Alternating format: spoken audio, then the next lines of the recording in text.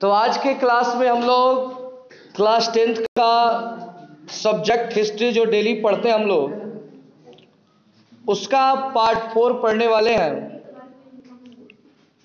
और पाठ का नाम है अर्थव्यवस्था और आजीविका। ये इकाई 5 है हमारा, यानी पाठ 5 है इतिहास का।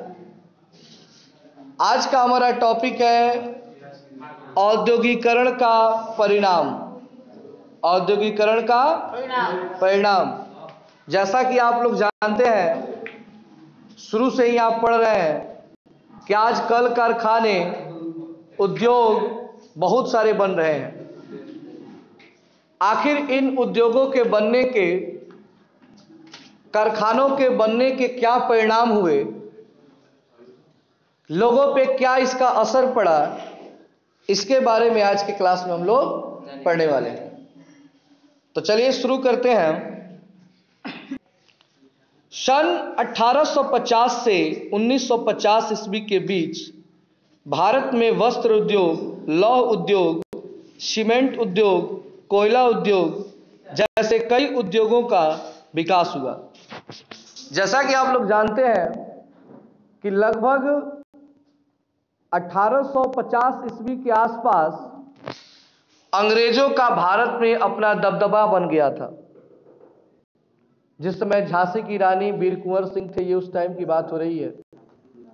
उस समय तक अंग्रेज लगभग भारत को गुलाम बना चुके थे और 1950 तक, यानी कि टोटल 100 वर्ष, 1850 से लेकर 1950 तक, यानी कि पूरे कितने बात हो रही है, 100 वर्ष की। उस टाइम में कपड़ा हो, लोहा हो, सीमेंट हो, कोयला हो, इन सारे वस्तुओं के उद्योग लग चुके थे, कारखाने लग चुके थे। जमशेदपुर, सिंदरी, धनबाद और डालमिया नगर, ये सब झारखंड के शहर हैं, आदि नए व्यापारिक नगर तत्कालीन बिहार राज्य में कायम हुए। और जैसा कि आप लोग जानते हैं कि झारखंड पहले बिहार में था। 2000 ईस्वी से पहले झारखंड कहाँ में था जी? बिहार में था। इसलिए ये जो जगह है जमशेदपुर, जिसको आज टाटा के नाम से जाना जाता है, सिंदरी, धनबाद, डालमिया नगर, ये सब बिहार के अंतर्गत आता था। लेकिन अभी सब किसके अंतर्गत आता है? झारखंड के। बड़ी बड़ी फैक्ट्रियों के कायम हो जाने से प्राचीन गृह उद्योग का पतन आरंभ हो गया। यानी जब नए नए कारखाने बनने लगे तो पुराने टाइम के जो छोटे मोटे उद्योग थे वे सभी क्या होने लगे? बंद होने लगे।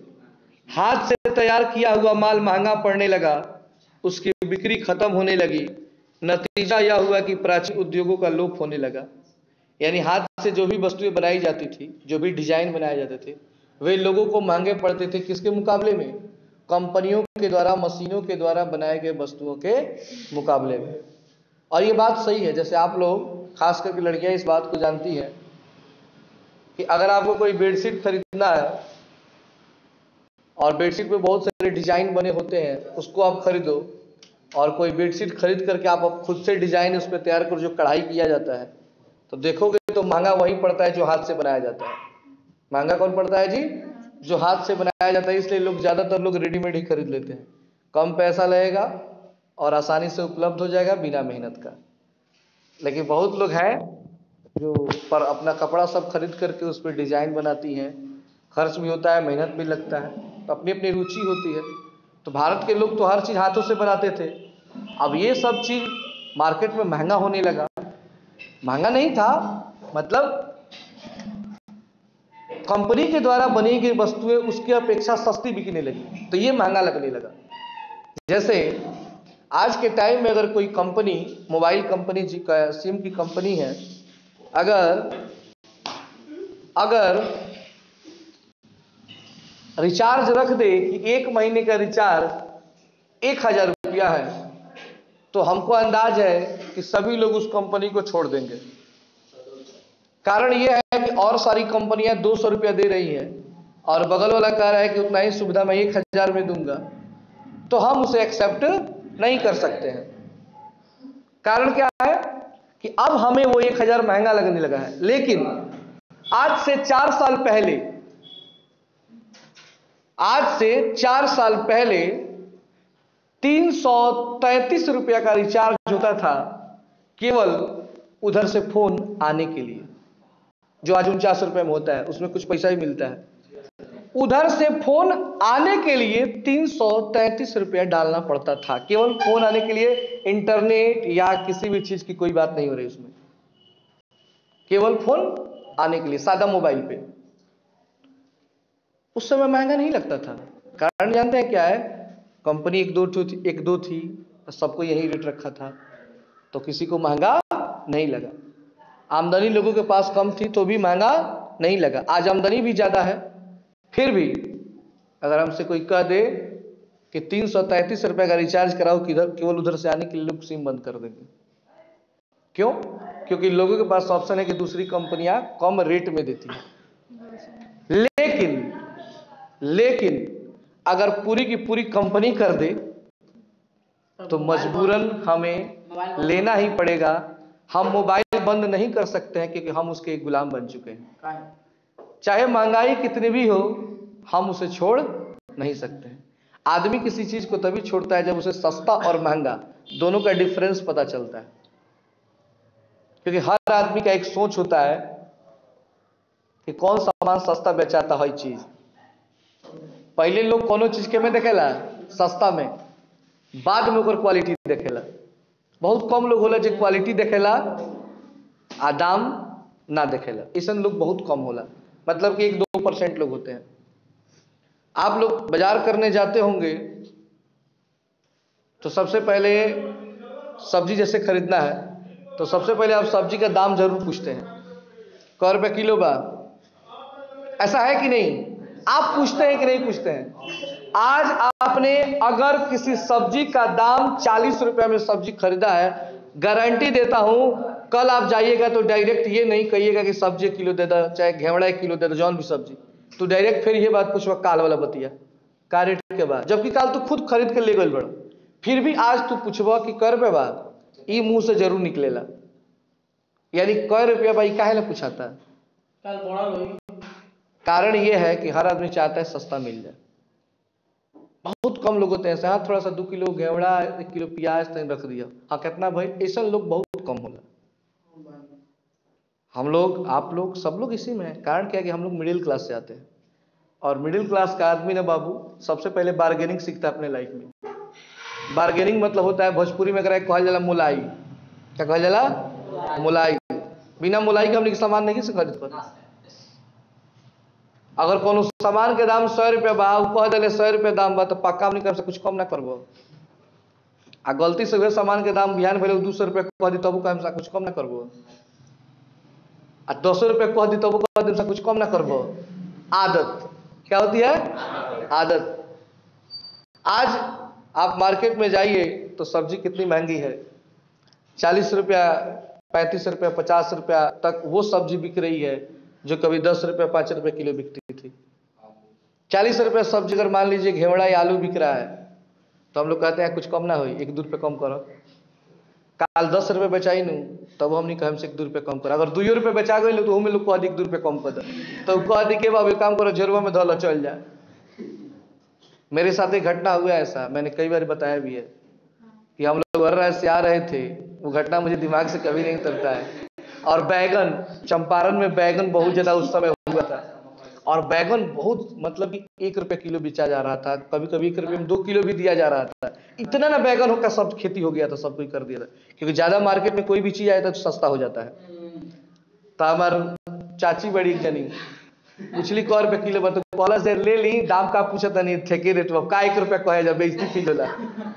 तो कहे कै रुपये बा, आ तो 1 रुपये बा, 1 रुपये बा, आ कुछ कम हम ना करे, हम ज्यादा लेम तो बहुत खिसिया के झोरवा हाथों में से खींच के आ पूरा झोरवा जोखमो ना करस भर देलस बैगन से, आ कहलस ले जाई रहुआ, पैसा ना चाहिए हमरा। तो कहली काहे खिसिया गईनी? खिसियाई नानू का हम 1 रुपये में कम करी, 4 रुपये कम कर दी, देव रुपये बारे है ना हमरा के हैं। हाक मारा 1 रुपये बेचा तो लगे दाम कम करावे। देखो हम लोग मिडिल क्लास आते हैं, हम लोग ये आदत नहीं छोड़ेंगे चाहे कुछ भी हो जाए। अरे कोई कोई आके फ्री में भी कहता है, सर कहता फीस बा 300 रुपये महीना, 300 बा कुछ कम ना हुई। इहू में देखो हर एक आदमी का प्रॉब्लम है, ये नहीं छूटता है, आदत है। एक बार मैं कपिल शर्मा का शो देख रहा था, आप लोग कहीं देखे होंगे जरूर। कपिल शर्मा का शो देख रहा था तो उसने बताया कि हम लोग गरीब फैमिली से पहले थे, आज कमा रहा हूं तो अच्छी फैमिली है हमारी, लेकिन आज भी मेरी माँ आज भी अगर मेरे साथ मार्केट जाती है तो हम जाके कह देते हैं कि 2 किलो अनार चाहिए, वो अपना बोल देते हैं, वो अपना दे देता है, पैसा हम दे दी। आगे जब हम बढ़ जाते हैं पीछे घूम कर देखते तो माँ भी वहीं पे मोलाई कर रहे हैं, दो पैसा में से बाबू मरना छोड़ेला सा तो धल टन देना जल्दी करवा कि नहीं। अब हम सोचे लगी ले, मतलब बताओ था कि हम सोचते रह जाते हैं ना, चलो ना हो गए हैं, ज्यादा ले बता रास्ता बुझाता ही अदा हो वापस करो मैं कुछ। तो वही बोला कि जो आदत लगा है ना वो इतना जल्दी छूटने वाला नहीं है। तो हर चीज में हम लोग मुलाई पहले करते हैं। वही बात है कि अगर लघु उद्योग बंद हुए कारखानों के आने से, तो इसका सबसे बड़ा कारण था सस्ता और महंगा, क्योंकि हम सबसे पहले सस्ते की ओर झुक जाते हैं तुरंत। कभी कभी सस्ता बहुत महंगा पड़ जाता है, वह अलग है, फिर भी हम सस्ते की ओर झुक जाते हैं ज्यादातर कंडीशन में। आजाद भारत का अर्थ हुआ स्वतंत्र भारत 1947 के बाद। इन कलाकृतियों को पुनः प्रचलित करने के प्रयत्न किए जा रहे हैं, जिनके मुख्य केंद्र आगरा, बनारस, अहमदाबाद, सूरत, राजपूताना आदि के कुछ शहर हैं। लेकिन सरकार जब हमारे देश में बनी, हमारा देश आजाद हुआ, तो देश के लोगों को, देश के नेताओं को उन कला का मतलब विशेषता का अनुमान लगा कि हमारे देश की एक धरोहर है कला की, लोग अपने हाथ से कुछ कुछ बनाते हैं। आप बनारसी साड़ी सुनते हैं कि बड़ा अच्छा होता है, बनारसी साड़ी के एक अलग अपना फेम होता है, भले आजकल लोग अब नहीं पहनते हैं, आजकल लहंगा का जमाना हो गया है। पहले शादी विवाह होता था तो हर लड़की की इच्छा होती थी हम कौन सी साड़ी पहने, बनारसी साड़ी पहने। वो बनारसी साड़ी क्यों? क्योंकि बनारसी साड़ी हाथ से बनाई जाती है और महंगा मिलता है, बहुत भारी होता है। लेकिन आज का टाइम क्या है, मशीनों के द्वारा बनाया गया जो लहंगा चल रहा है। आप लोग देखो किसी का भी शादी हो रहा है, चाहे कोई भी हो, साड़ी पे, नॉर्मल साड़ी पे शादी जल्दी नहीं होता है, लहंगा सबको चाहिए। नीचे के जितना गोबर माटी में भले में सनाज चलता तो का हो, बाद में पता चल बाबरे रोड पर कुकुरू बैठा रहो, धोए के बराबर बुझाता, ठीक है ना। औद्योगिकरण के परिणाम स्वरूप इंग्लैंड में हाथ करघे से काम करने वाले पुराने बुनकरों को तबाही के साथ साथ नए मशीनों का आविष्कार भी हुआ था। यानी कि जो छोटे छोटे मजदूर थे जो हाथों से अपना सारा चीज बनाते थे, तबाह तो हो गए, लेकिन उस तबाही के बाद नया नया मशीन भी बनने लगा। लेकिन भारत में लाखों शिल्पियों एवं कारीगरों की तबाही के साथ साथ विकल्प के रूप में उस स्तर के किसी नए उद्योग का विकास नहीं हुआ। ढाका, मुर्शिदाबाद, सूरत आदि पर औद्योगिकरण का बुरा प्रभाव पड़ा। उनके शिल्पी एवं कारीगरों ने खेती को अपना आजीविका का सहारा बनाया। इस प्रकार भारत में जो कृषि एवं उद्योग का संतुलन था वह नष्ट हो गया। मतलब हुआ यूं कि जब कंपनियां आई, ठीक ना, तो उसके बाद जो भी ये हाथ से काम करने वाले लोग थे, तो बात यह है कि इन मशीनों के आ जाने से जो लोग अपना काम करना छोड़ दिए, वे खेती करने लगे। क्या करने लगे? खेती करने लगे, और खेती से अपना जीवन यापन बिताने लगे। फिर समस्या ये हुई कि कृषि और उद्योग का संतुलन बिगड़ गया। ज्यादा से ज्यादा लोग खेती में आ गए, ज्यादा से ज्यादा लोग किसमें आ गए? अब बताइए, जिस खेत में अगर 5 मजदूर की आवश्यकता है तो मजबूरी में लोग वहां पे 10 आदमी काम कर रहे हैं, तो सबका वेतन भी क्या हो जाएगा? कम हो जाएगा। आज के ज़माने में आप देखिए कि इंजीनियरों की क्या हालत है। भारत में हर साल लाखों इंजीनियर बनते हैं, और जिसका परिणाम यह है कि आज कंपनियों में उन्हें 5,000, 7,000, 10,000 तक काम करना पड़ता है। एक समय था कि इंजीनियर मतलब अपने एरिया का सबसे वीआईपी आदमी कहलाता था। उसका वेतन स्टार्टिंग 40 से 50,000 रुपए से होता था और लोग उसकी इज्जत करते थे, कद्र करते थे। लेकिन आज का टाइम में आप किसी कद्र क्या कर रहे हैं तो इंजीनियर लोग हंस देता है, लोग हंस देते हैं। कारण क्या है? कारण है इंजीनियरों की अधिक से अधिक संख्या। ऐसा नहीं कि उनके पास जानकारी नहीं है, ऐसा नहीं कि वे लोग कुछ कर नहीं सकते हैं, वे बहुत कुछ कर सकते हैं क्योंकि वही तो सब कर रहे हैं। जो भी नया चीज बन रहा है कोई ना कोई इंजीनियर ही बना रहा है। लेकिन समस्या है कि इतना ना लोगों की संख्या हो गई है कि कंपनी उसे कम से कम पैसों पे रखती है। एक आदमी कह रहा है कि मुझे 20,000 का महीना दीजिएगा तो हम काम करेंगे, तब तक वहीं पे बगल में एक बैठक कह रहे हैं हमको 5,000 दीजिएगा तो हम काम कर लेंगे। अब बताइए कंपनी किसको रखेगी? कि कंपनी भी तो सस्ता महंगा देखती है भाई, हमको जितना सस्ता कारीगर मिल जाए उसको रख लिया जाएगा। तो ये समस्या हुई लोगों के पास। जब लोग बेरोजगार हुए तो अधिक से अधिक खेतों में काम करने लगे और इनका जो मजदूरी था वो बहुत ही कम मिलने लगा। ये कम से कम मजदूरी पर भी काम करना शुरू कर दिए। औद्योगिकरण के परिणाम स्वरूप बड़े पैमाने पर उत्पादन होना शुरू हुआ। यानी जब कंपनी बनी तो मशीन से तो आपको पता है कि कितनी वस्तुएं कितना तेजी से बनती हैं, जिसकी खपत के लिए यूरोप में उपनिवेश की होड़ से शुरू हो गई। मैं बार बार बोलता हूं, उपनिवेश का अर्थ होता है एक ऐसा जगह जिसे जबरदस्ती हथिया लिया गया हो। जैसे भारत अंग्रेजों का उपनिवेश था। पहले भी मैंने बताया है कि अपने वस्तुओं को बेचने के लिए उन्हें बाजार की आवश्यकता पड़ी तो सभी देश क्या करने लगे? उपनिवेश बनाने लगे, मतलब छोटे छोटे देशों को गुलाम बनाकर अपना सामान बेचना शुरू कर दिए। और आगे चलकर इस उपनिवेशवाद ने साम्राज्यवाद का रूप ले लिया। उपनिवेशवाद में जहां एक तरफ तकनीक रूप से कमजोर देश पर आर्थिक नियंत्रण स्थापित किया जाता है, वहीं साम्राज्यवाद में आर्थिक और राजनीतिक दोनों तरह के नियंत्रण स्थापित हो जाते हैं। देखिए, उपनिवेशवाद का अर्थ होता है कि केवल हम पैसा कमाने के लिए देश को गुलाम बनाए हैं। क्या कमाने के लिए? पैसा कमाने के लिए। और एक होता है साम्राज्यवाद, जो पैसा भी कमाएगा और आप पर शासन भी करेगा। दोनों में अंतर देखिए क्या है। उपनिवेशवाद जो केवल पैसा कमाने के लिए आप पे शासन कर, मतलब आपको दबा के रखेगा, लेकिन साम्राज्यवाद कहता है कि पैसा भी कमाओ और यहीं पे जम जाओ, जो अंग्रेजों ने किया था। पैसा शुरू में वे आए थे उपनिवेशवाद करने के लिए, लेकिन बाद में क्या हो गए? साम्राज्यवाद। पूरे भारत को अधीन बनाओ, अब पूरा समझो कि ये अपना देश है और अपने देश के अंतर्गत ये आता है, तो वो होता है साम्राज्यवाद। जैसे इस समय है चीन तिब्बत को अपने अंदर कर लिया पूरी तरह से और कहता है कि तिब्बत हमारा देश है, हमारा भाग है, तो वो साम्राज्यवाद कर रहा है। औद्योगिकरण के फलस्वरूप ब्रिटिश सहयोग से भारत के उद्योग में पूंजी लगाने वाले उद्योगपति पूंजीपति बन गए। अतः समाज में 3 वर्गों का उदय हुआ: पूंजीपति वर्ग, बुजुर्गा वर्ग एवं मजदूर वर्ग। समाज कितने वर्गों में बट गया? पहले आया पूंजीपति वर्ग, जैसे अंबानी, टाटा, बिरला, ये सारे लोग आए, ये पूंजीपति वर्ग लोग हैं। एक होता है बुजुर्गा वर्ग, बुजुर्गा वर्ग को कहते हैं मध्यम वर्ग, इसमें हम लोग आते हैं। और एक होता है मजदूर वर्ग, उसमें भी हम लोग आते हैं, क्योंकि जो काम डेली करे कमाए खाए उसे क्या कहा जाता है? मजदूर कहा जाता है।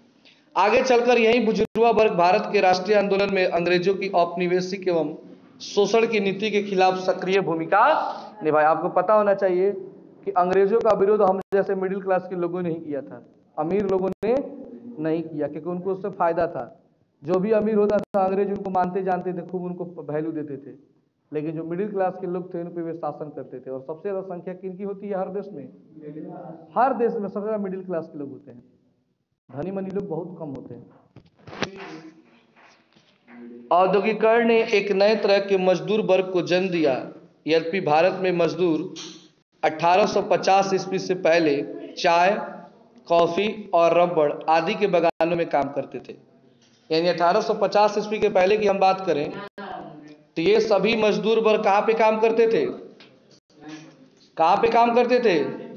तो चाय की खेती करते थे, कॉफी की खेती करते थे, रबड़ के बागानों में काम करते थे। लेकिन जब भारत में विभिन्न उद्योग लगे तो फैक्ट्री मजदूर वर्ग का जन्म हुआ। लेकिन जब कंपनियां बनने लगी, मशीनें चलने लगी, तो लोग खेती छोड़कर कहाँ जाने लगे?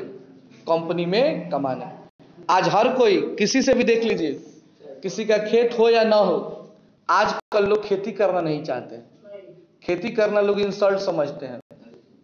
आज भले लोग जाके 12 सरिया ढोलेंगे, गांव में आके बढ़िया लाल पैंट बढ़िया शर्ट खरीद के घूमेंगे, मोबाइल 2-3 गो लेके, ताकि लोगों को लगे कोनो वीआईपी अफसर हटे का आदमी। और उजा गइले के बाद तुरंत पैंट शर्ट बदल के पेंट वाला कपड़ा पहन के आ टन सरिया उठा के खड़िया जाला लोग। क्या है कि उजा के तो गांव के लोग नहीं के चिन्हता, उहे आदमी से तू कह दे गांव में चल सरिया काम करे के बना जी सन रानू हमरा के बुझे तरह औकातवा देखला अपन एक गुली करी ले हम, ठीक बा, निमनो काम मिले उतना जी सन आ ओकरा से ज्यादा पैसा तो ना जी सन।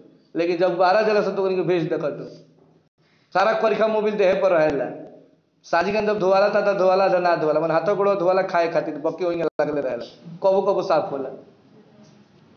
तो लेकिन गांव में लोग अपना पूरा थोड़ा सा पोजीशन बनाते हैं दिखा दे के, हाँ, ताकि गांव में अपन दबदबा बना रहो। तो हुआ यूं कि अब जब कंपनियां बनने लगी, उद्योग लगने लगे, तो मजदूर जो थे खेती जो करते थे वे जाकर कहाँ कमाने लगे? फैक्ट्री में कमाने लगे। लेकिन आगे है जीवन, जिनका जीवन स्तर काफी निम्न होता था और जिनका शोषण उद्योगपतियों के द्वारा किया जाता था। और ये कंपनी में जाते हैं तो आपको पता होना चाहिए कि कंपनी वाला मजदूरों का आज भी शोषण करते हैं। उस समय ज़्यादा होता था, आज थोड़ा कम होता है। शोषण का अर्थ होता है जैसे कि मान लीजिए कि आज कोई मजदूर काम किया कंपनी में तो उसका उस दिन पैसा नहीं देंगे, बोलेंगे कि 10 दिन बाद तुम्हारा पेमेंट होगा। हमने क्या भोजपुरी में लोग कहला परमेंट कि 10 दिन बाद पेमेंट हुई। एक महीने का पैसा कंपनी वाला रख लिया सन, ना दिया सन आ कोई सर कि ए महीने कमा अगला महीना में, अगला महीना मिली, अगला महीना तो अगले महीने का पेमेंट उसके अगले महीने, इसको कहते हैं शोषण करना। मतलब कि टाइम पर पैसा नहीं देना, जितना उसका मजदूरी हुआ उतना ना देकर कुछ कम देना, यह शोषण कहलाता है। औद्योगिकरण ने स्लम पद्धति की शुरुआत की। मजदूर शहर में छोटे छोटे घरों में जहाँ किसी तरह की सुविधा उपलब्ध नहीं थी रहने को बाध्य थे। बाध्य मतलब होता है मजबूर। बाध्य मतलब क्या होता है? मजबूर। मतलब हुआ यूं कि आखिर जो मजदूर वहां पे कमाने कंपनी में गए, ताकि रहने के लिए कोई घर चाहिए ना, और कंपनी घर थोड़े ना देगी, तो कंपनी क्या करने लगी? स्लम। स्लम मतलब होता है गंदी बस्ती। क्या होता है? गंदी बस्ती। मतलब कि कोई ऐसा जगह हर कंपनी वाला रखता है, अब बनवा देगा, लाइन से घर बनवा देगा, रूम टीना होना का ये सब बनवा देगा, और उसी में एगो रूम में 10 गो 12 गो मजदूर, खाली सोने के लिए जगह मिलेगा, अपना सोए उसी में पड़े रहे। समझ रहे हैं बात को? तो बस्ती स्लम बस्ती बनने लगा। आगे चलकर उत्पादन के उचित वितरण के लिए आंदोलन शुरू किए। चूंकि पूंजीपतियों द्वारा उनका बुरी तरह शोषण किया जाता था, इसलिए उन्होंने अपना संगठन बनाकर पूंजीपतियों के खिलाफ वर्ग संघर्ष की शुरुआत की। और जब ज्यादा से ज्यादा इनका क्या होने लगा? शोषण होने लगा, तो ये कंपनी के मालिकों के विरुद्ध विरोध करना शुरू कर दिया। तो ये हमारा आज का टॉपिक समाप्त होता है। एक अगला टॉपिक है मजदूरों की आजीविका, इसको अगले क्लास में हम लोग पढ़ेंगे। तो आज के लिए इतना ही।